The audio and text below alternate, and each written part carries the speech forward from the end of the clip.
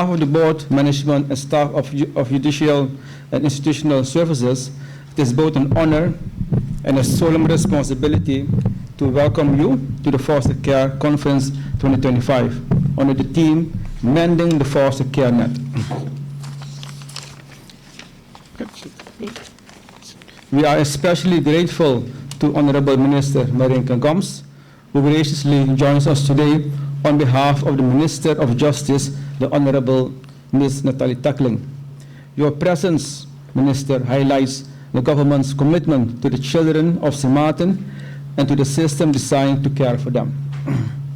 We also warmly welcome our members of Parliament, Secretaries General, Judiciary, local and regional stakeholders, caregivers, social workers, foster parents, foster youth, past and present, educators, advocates, researchers, and policymakers. Your presence speaks volumes. This is a collective effort, and no one sector can fix the challenges alone. This is not the first time we got it in this way. The first regional foster care conference on St. Maarten was held in 2009. Much has changed since then. Our communities, our resources, our understanding of trauma and resilience, yet the needs have not diminished. In fact, they have grown more complex. Yeah. This conference is not just a formality, it is a necessity. We are here because too many children still fall through the cracks, not because we don't care, but because the system designed to catch them is stretched thin. Fragmented services, overworked professionals, under-supported families, lack of resources, these are realities we face. At GINS, we see this daily. We work at the intersection of foster care, child protection, family reunification, and judicial oversight. We manage placements, supervise care plans, train and support foster families, respond to crisis situations, and prepare youth for independence. We do this in close cooperation with the Court of Guardianship, school, mental health partners, and broader justice and social systems.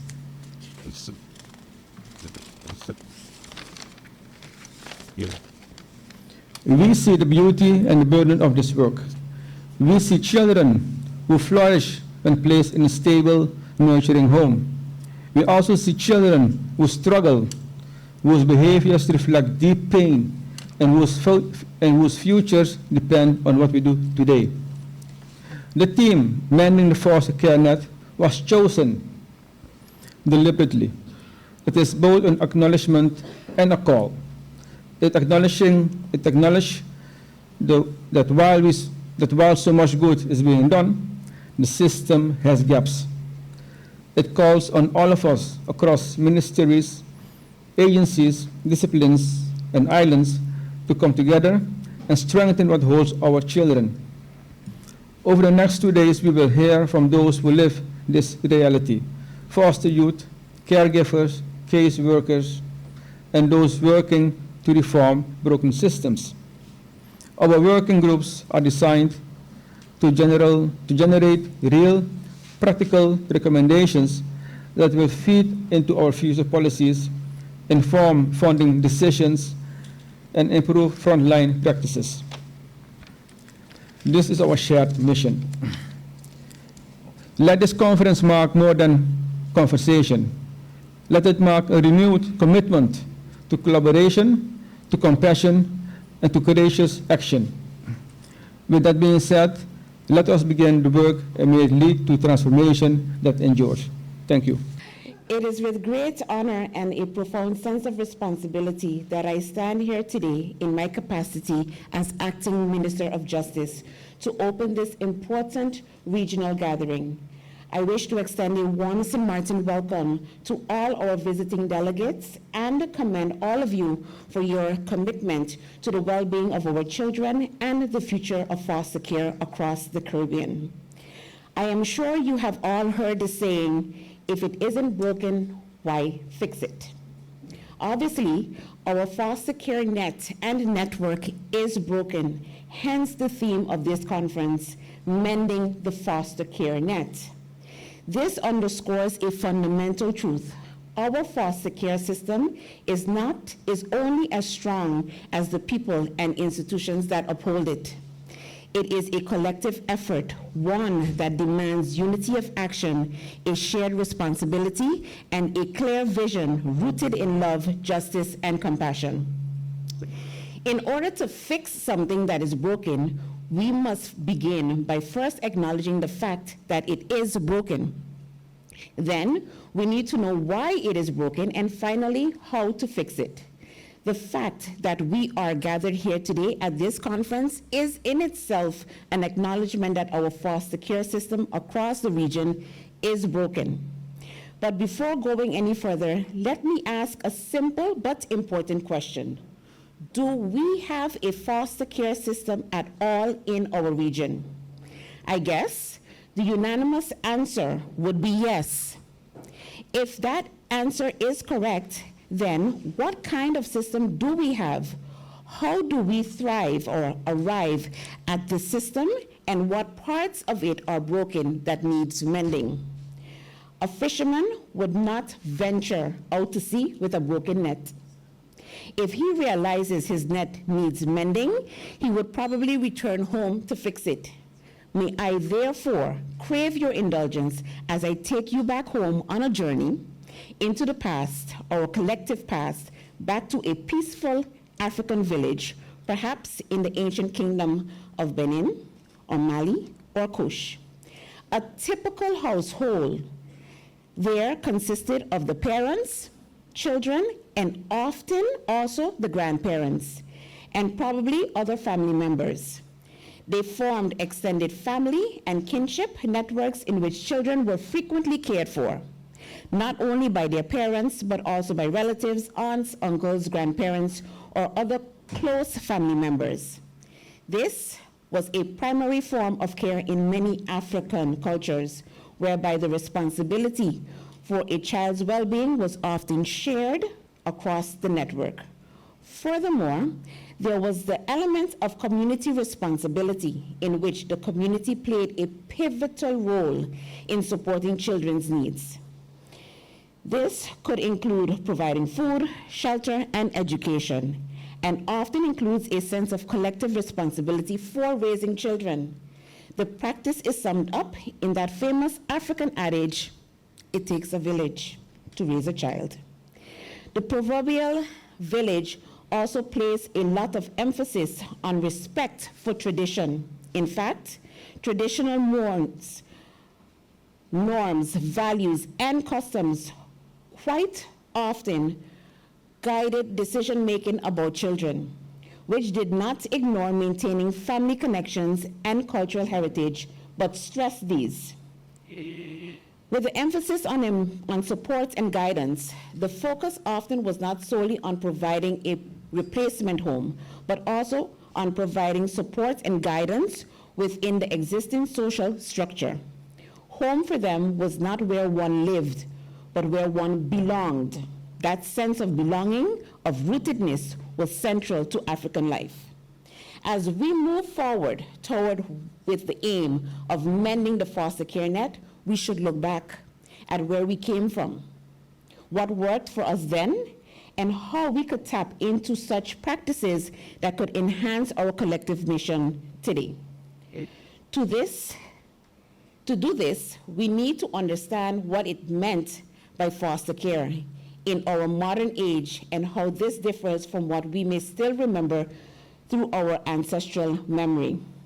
Foster care, in this modern sense, is a formal system where a child is temporarily placed in the care of a family other than their own, usually by a court order. This is done to provide a safe and stable environment when the child's own parents are unable or incapable to care for them.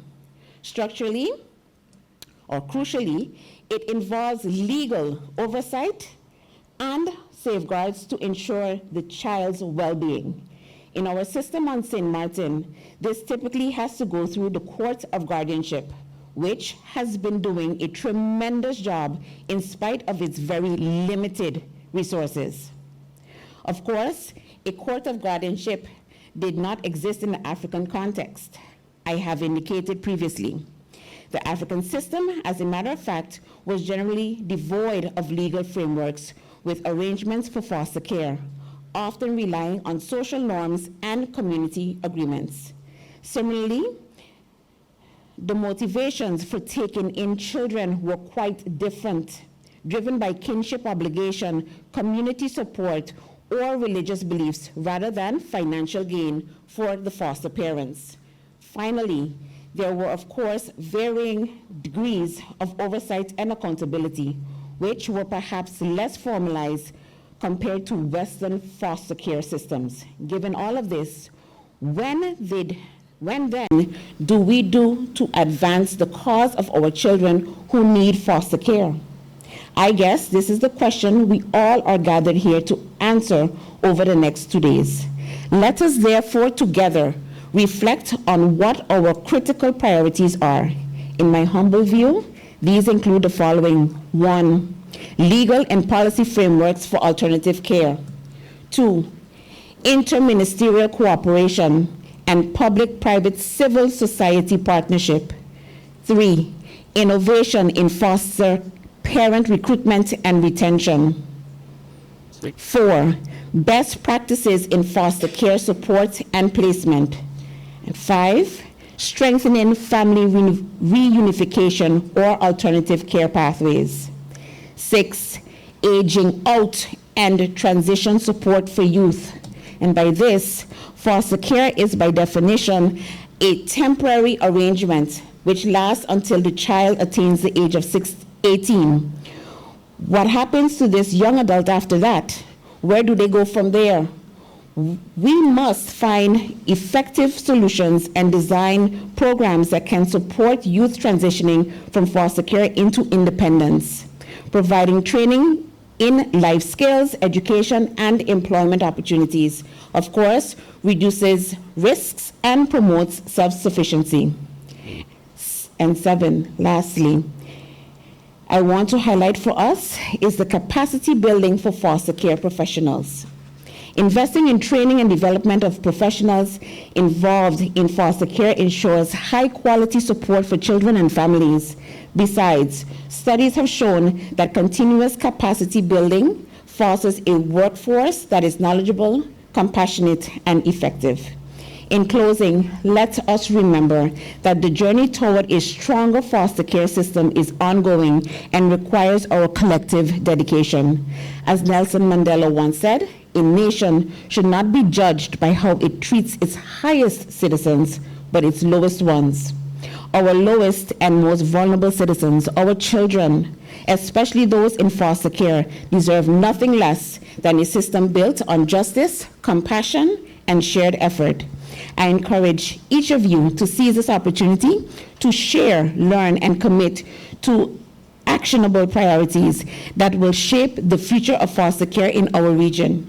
Together, we can mend the net and recreate a nurturing Caribbean village where every child has the opportunity to thrive. After all, as one wise person said, in the tapestry of foster care, every thread of love weaves everlasting change. I thank you. I was reminded just now that Minister Gums and myself actually sat on a board together. And I think, based on my speech and what she just delivered, we have similar ideas. So forgive me if I repeat quite a bit of what was stated before, but I think it only strengthens the needs and the recognition of where it has to be. As a former president of the SN, so Judicial and Institutional Services, formerly known in my time as SEAB and then SEAS, it is both an honor and a privilege to stand before you today to discuss the matter that lies at the heart of our community, the well-being and the protection of our children. As we gather here to discuss the mending of the foster care net, we are reminded of the profound responsibilities we share in nurturing the next generation and ensuring that they grow up in safe, loving, and supportive environments. The care and nurturing of children is traditionally deeply rooted in the history of St. Martin. Long before formal institutions were established, the people of St. Martin embraced communal approach to child rearing. Families extended beyond biological ties. In times when parents faced challenges in providing for their numerous children, it was not uncommon for godparents, aunts, uncles, and other community members to step in. These individuals opened their homes and their hearts, offering love, guidance, and stability to children in need. This practice was not merely a duty, but a voluntary act of compassion and community spirit, a tradition often referred to as "it takes a village." Embedded in our culture, it has been a cornerstone of our society, reflecting our collective commitment to the welfare of our youth. Among the many unsung heroes are individuals like Debbie from ICANN and Miss Sally, who have dedicated their lives to providing safe spaces for children. Their homes have been sanctuaries where children found and continue to find refuge, support, and a sense of belonging. Their work has touched the lives of countless children, offering them opportunities they may not have had otherwise. And while I specifically make mention of these two dedicated women, they are not the only ones. I am sure that each and everyone here can name someone that you know of who has provided a home for a child in need. These initiatives were not just about providing shelter, they were about creating environments where children could heal, learn, and grow. They were about giving children the tools to overcome adversity and build a brighter future. Today, as we reflect on this rich history, we recognize that the spirit of community care continues to thrive in St. Martin. Persons continue to step up to foster children, whether organized through Meredith and her colleagues, or on their own initiative for family and friends. As our society has evolved, so too has the complexity of the challenges faced by our children. The informal systems of the past, while rooted in compassion, are no longer sufficient to address the diverse needs of today's youth. Recognizing this, efforts have been made to establish a more structural and formalized foster care system. In 2009, St. Martin hosted the first regional foster care conference, bringing together professionals, policymakers, and stakeholders from across the region. This conference themed "A Family for Every Child" aimed to address the challenges of out-of-home care and promote best practices in foster care. It provided a platform for sharing knowledge, evaluating practices, and fostering collaboration among various entities involved in child welfare.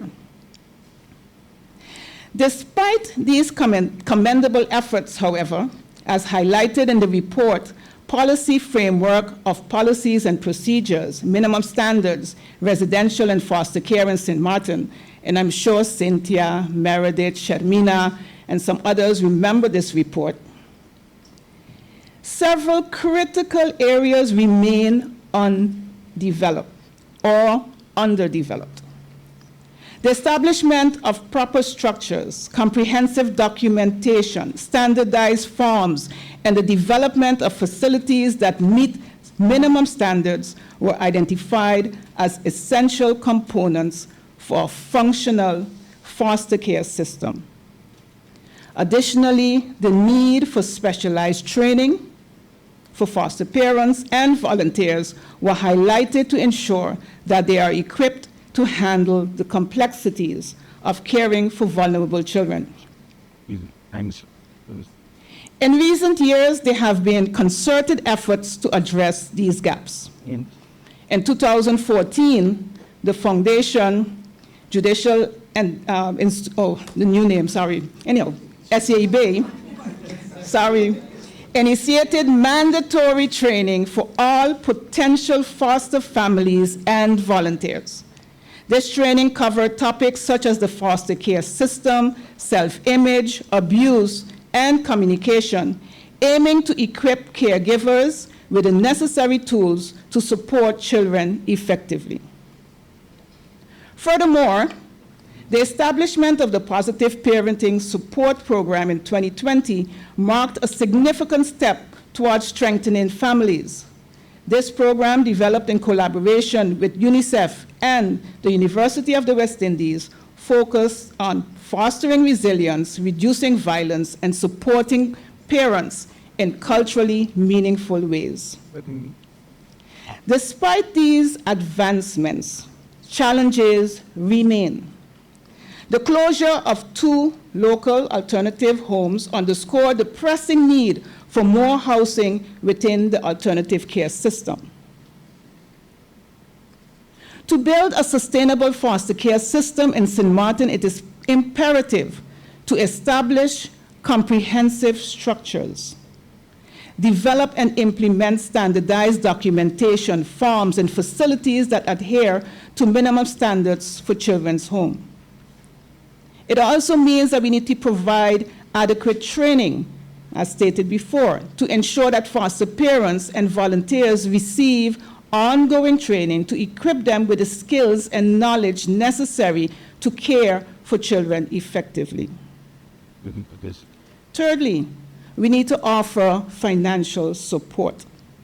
We need to allocate sufficient funds to cover the costs associated with caring for children, including education, healthcare, and daily living expenses, to alleviate the financial burden on foster families. And lastly, we need to promote collaboration.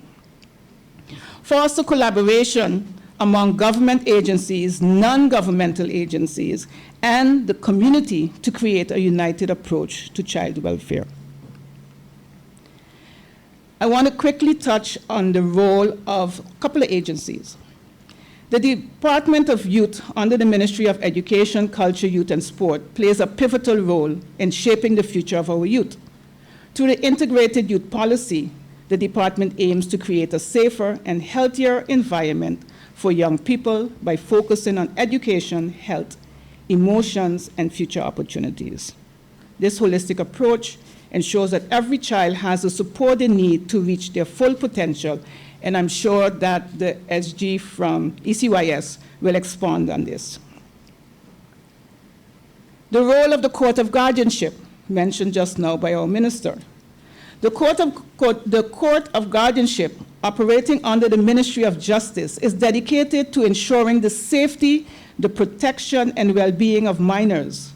The court offers essential services to safeguard children's rights and to support family welfare, including child protection, advisory roles, child support management, adoption, and youth probation and rehabilitation.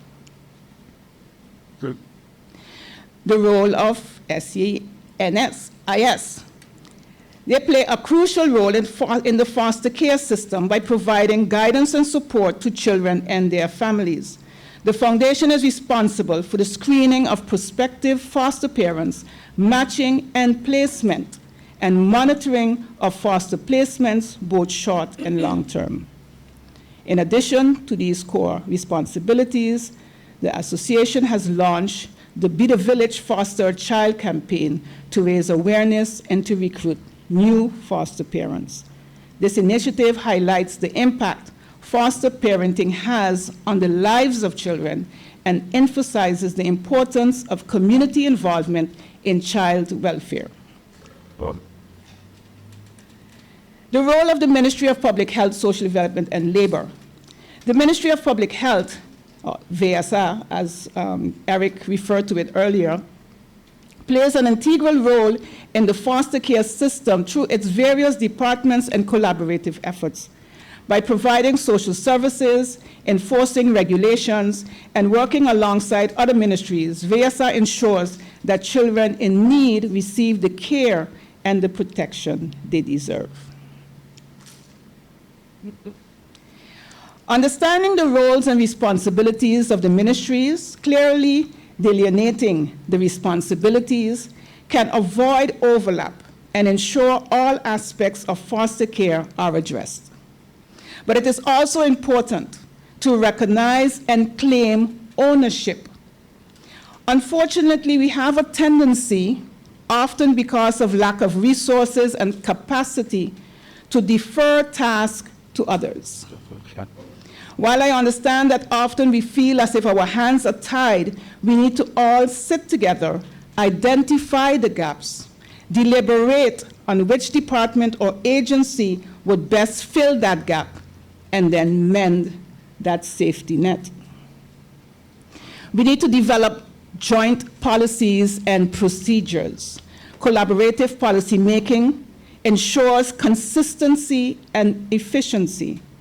Ministries and other organizations should create united guidelines, share best practices, and regularly review policies. We need to implement integrated training programs. I guess we can't say that often enough. Unified training ensures that all stakeholders are equipped with the necessary skills and the knowledge. Ministries should conduct joint workshops and promote cross-agency learning. We need to establish a centralized data management system. A unified data-based system allows for efficient tracking and coordination. Ministries should share information securely and monitor outcomes for the development or adjusting of policies and legislation. We need to engage in public awareness campaigns. Raising public awareness encourages the community involvement and allows us to go back to the village raising a child. We should collaborate on campaigns and highlight success stories. And we need to foster community and non-profit partnerships. Collaboration with community organizations enhances service delivery, and ministries should continue to partner with NGOs and support local initiatives. Lastly, I'd like to address the topic that has been discussed in various forums over the years: the remuneration for foster parents. I highlighted the cultural tradition in our community of caring for children in need. Historically, this has been done out of goodwill and community spirit. However, in today's economic climate, it is no longer feasible to expect individuals to bear the full financial responsibility of fostering a child without adequate support. The current allowance of 225 guilders per child per month falls significantly short of the actual costs involved. Foster homes have reported expenses totaling approximately 2,000 guilders per child per month, excluding medical care, school fees, and uniforms, which are covered separately. Raising a child involves more than just providing food and shelter. It encompasses education, emotional support, extracurricular activities, and other essential needs. Without adequate financial backing from government, because where else do we go? The sustainability of our foster care system is at risk. It is imperative that we recognize the invaluable role of foster parents and ensure that they receive the necessary support to continue providing safe and nurturing environments for our children. In closing, I reiterate that a well-established care system is essential for providing children in need with a safe, stable, and nurturing environment. By focusing on comprehensive training, cultural competencies, family-centered decision-making, regular monitoring of resource allocation, and inclusive practices, we can create a system that promotes the well-being and development of our children in care. The vision, however, cannot be realized in isolation. It requires the collective efforts of all stakeholders, government agencies, non-governmental organizations, community members, and individuals like you. Together, we can build a sustainable foster care system that reflects the values of compassion, responsibility, and community that have always been at the heart of St. Martin. As I listened earlier, and of course protocol haven't been established, I listened to Mr. Boudicca, and he said, we see children's future based on what we do now. My colleague, SG, daughter of the soil, whenever I look at Joy, I remember our journey. We're actually one day apart. Yeah. And I should actually be older because she was premature. So she's the 17th of August, and I'm the 18th of August. Just to say and to understand that what we've heard from her, what we've heard from the minister as well, it may seem repetitious, but it shows that we are all focused on the same interventions as it relates to the topic at hand. So join me. A future our children deserve. Imagine a world 25 years from now where every young person, regardless of their background, has access to quality education, mental health support, meaningful employment, and safe communities. And when I began to prepare and I said 25 years from now, perhaps you might say, wow, that's long, but it's not long because I remember in 1991, the 1st of August, when I joined government, I didn't imagine I would be here in 2025. It goes so quick and so fast. So imagining accompanying me on the journey for the next 25 years should not be difficult. We are looking at the world where youth are not just surviving, and I heard the speakers before me said, but thriving. Thriving mentally, thriving physically, socially, and economically.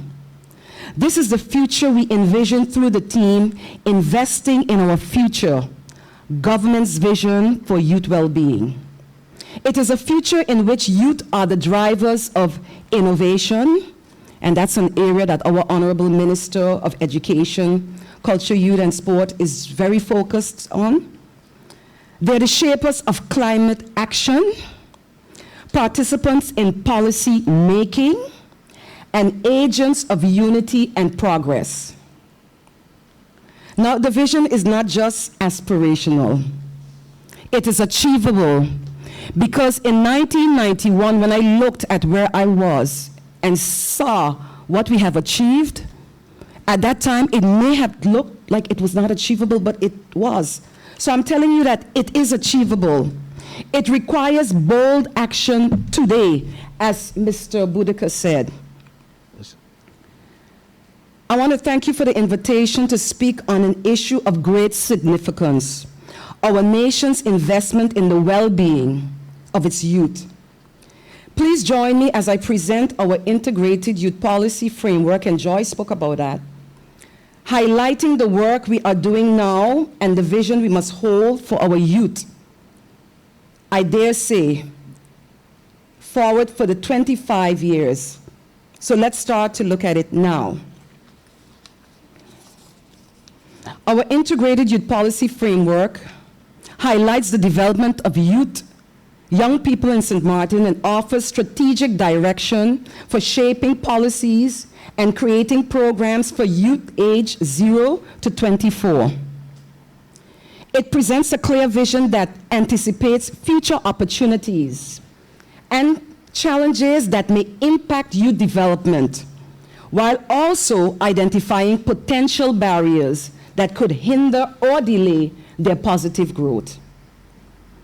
As we call it, the IYP, it promotes a cohesive and sustainable approach to youth development by addressing the educational, the physical, the emotional, the psychological, and economic needs of young people in a comprehensive manner. As I said, it is integrated, so it is not just simply the Ministry of Education, Culture, Youth and Sport, but it encompasses also the responsibilities of the various other ministries who play a pivotal role and who have played a pivotal role and will continue to play a pivotal role in the implementation process of the youth policy. To ensure the best outcomes, it is essential to establish a solid foundation for youth development. The integrated youth policy will be guided by the United Nations Convention on the Rights of the Child, which outlines the fundamental human rights essential for the holistic development of youth. And I won't be able to cover all, so able moderator, I won't go over the time. I'm just going to single out some areas. So the first area I'm singling out at this particular moment is civil rights and freedoms, building identity and a voice. Every child, every youth has the right to a name, a nationality, and a legal identity. Some children in St. Martin grow up undocumented, yes, undocumented. We know that, especially in the education field, and unable, and in the of course, social service, unable to access proper services. But I say, we are committed to maximizing access to documentation, educating youth on their rights, and formalizing youth participation. And now, I want you to journey with me to 2050. By 2050, we envision a St. Martin where every youth, regardless of their origin, is heard. They are counted and represented in policy making, where young people vote not only in elections, but every day with their voice, every day with their talent, and every day with their ideas. As we focus on family life and alternative care, we talk about mending the net. So mending, strengthening, and transforming. The theme of this conference, Mending the Foster Care Net, speaks to a moral imperative. Our foster care system must do more than catch our children. It must propel them forward. So as it catches them, it propels them forward.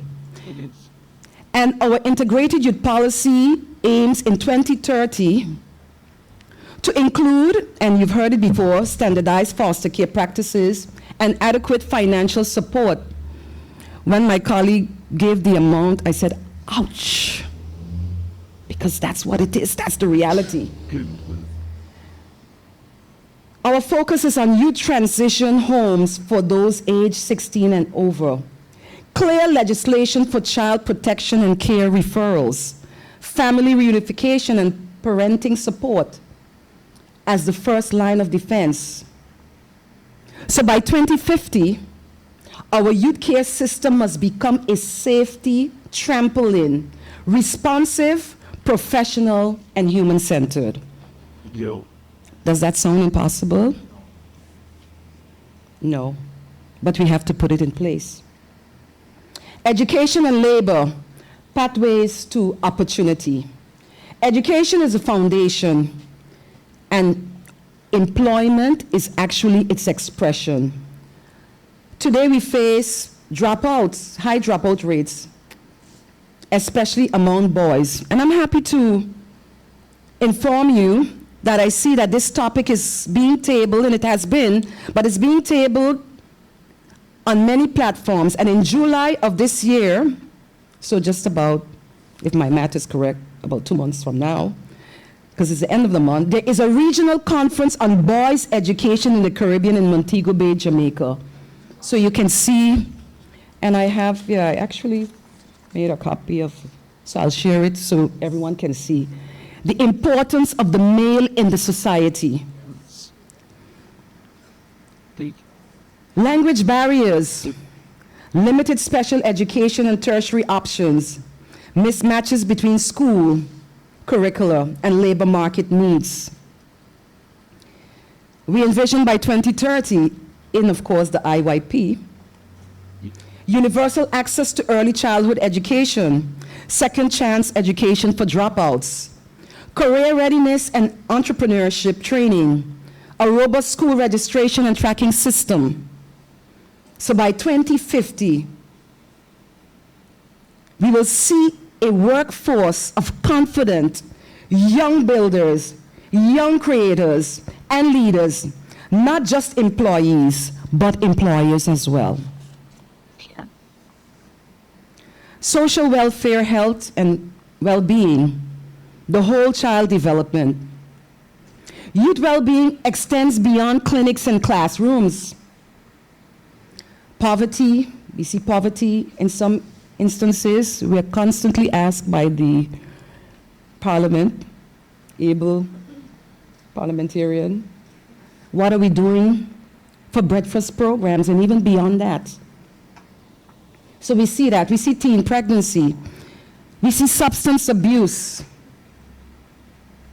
Just yesterday, as I was driving to the office around, it was about 10 minutes to 7, I saw a young man walking, and it really troubled me, the condition he was in, Minister Viesa.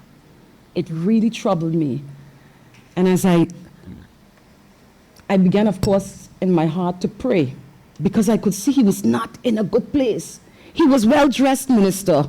So obviously where he came from, I don't know, but something went terribly wrong. So these are the societal responsibilities and situations that we're seeing. So by 2030, we aim to expand youth-friendly healthcare. This is our integrated policy.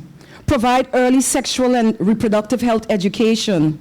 And we didn't decide this alone by our ministry because, as I said, it's integrated. It was prepared with the support of all other ministries and also stakeholders. Promote fitness and nutrition through schools. Offer psychosocial support, especially post-disasters. Introduce flexible work policies to support parental engagement. Able moderator, by 2050, our youth will be resilient, they will be healthy and emotionally strong because we created the environment for them to thrive.